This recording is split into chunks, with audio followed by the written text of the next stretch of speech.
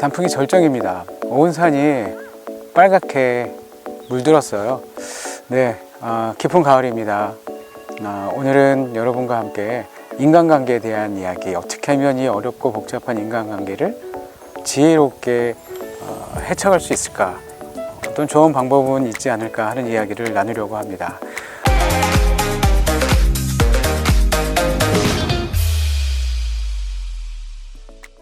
지난 시간에 더 나은 사람 되기 위한 이야기 했습니다. 내가 나에게 솔직하면 된다는 것이었죠. 내가 나에게만 솔직하면 될까? 그러면 더 나은 사람이 될까? 네, 그건 분명히 더 나은 사람이 됩니다. 지난 시간에 더 나은 사람 되기에 이어서 오늘은 인간관계에 대해서 얘기해 보려고 합니다. 사람이 혼자 살 수 없는 사회적 동물이죠. 그렇습니다. 나 혼자만 살 수 없을 정도로 약한 동물입니다. 자연계에서 보면 가장 연약한 개체에 속합니다. 그래서 사람은 혼자 살 수 없는 것이죠. 무리를 이루고 서로가 서로를 돕고, 그리고 그 안에서 안전을 또 안정을 찾으면서 그렇게 함께 살아야 하는 그런 자연 속의 동물입니다.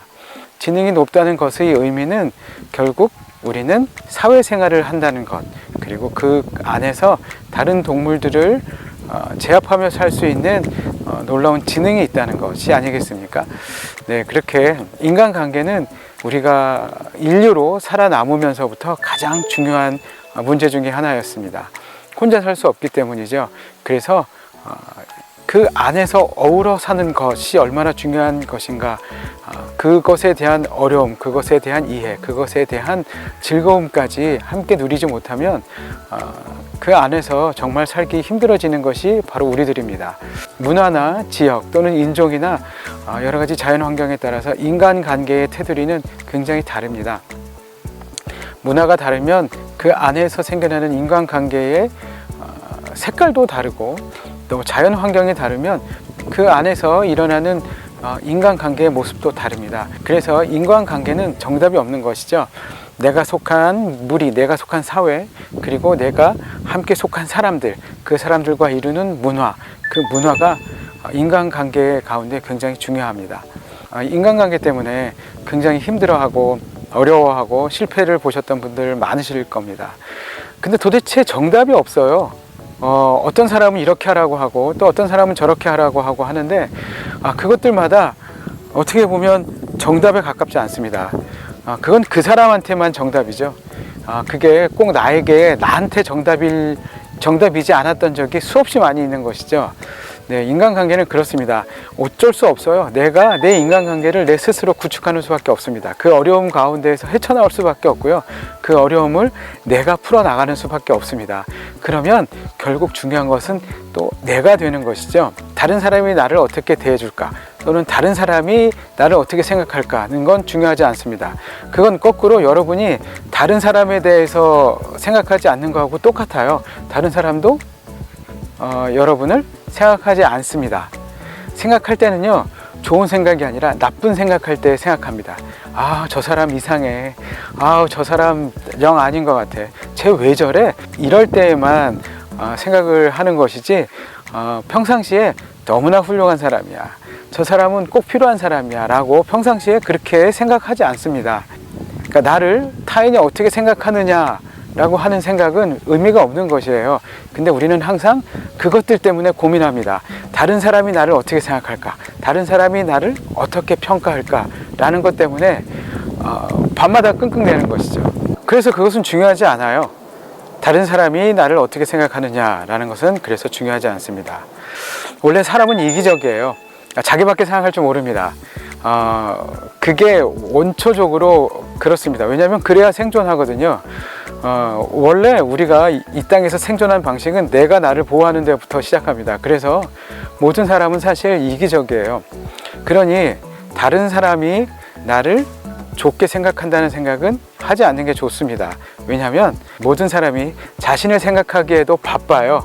그래서 다른 사람의 생각 많이 하지 않습니다. 그러니 첫째로는 타인의 생각, 타인의 시선 생각하지 않는 게 중요합니다. 내가 나를 어떻게 생각하느냐는 것이죠. 우린 서로 다 똑같습니다. 이기적이에요.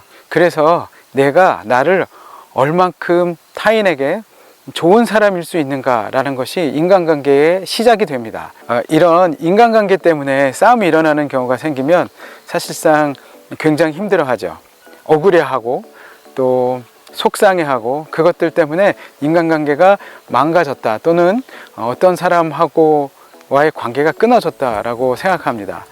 그래서 굉장히 힘들어하는 것이죠.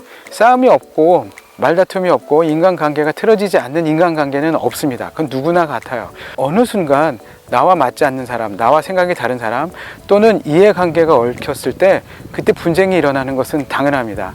그때는 서로 말다툼을 하게 되는 것이죠. 우리가 어렸을 때부터 그랬어요. 학교 다닐 때부터 초등학교 시절에 친구와 별거 아닌 것 같고 주먹다짐을 하거나 또 여자들의 경우에는 별거 아닌 것 같고 말을 안 하고 지내고 그 친구를 배척하기도 하고 하면서, 그렇게 인간관계는 항상 좋을 수만은 없는 것입니다.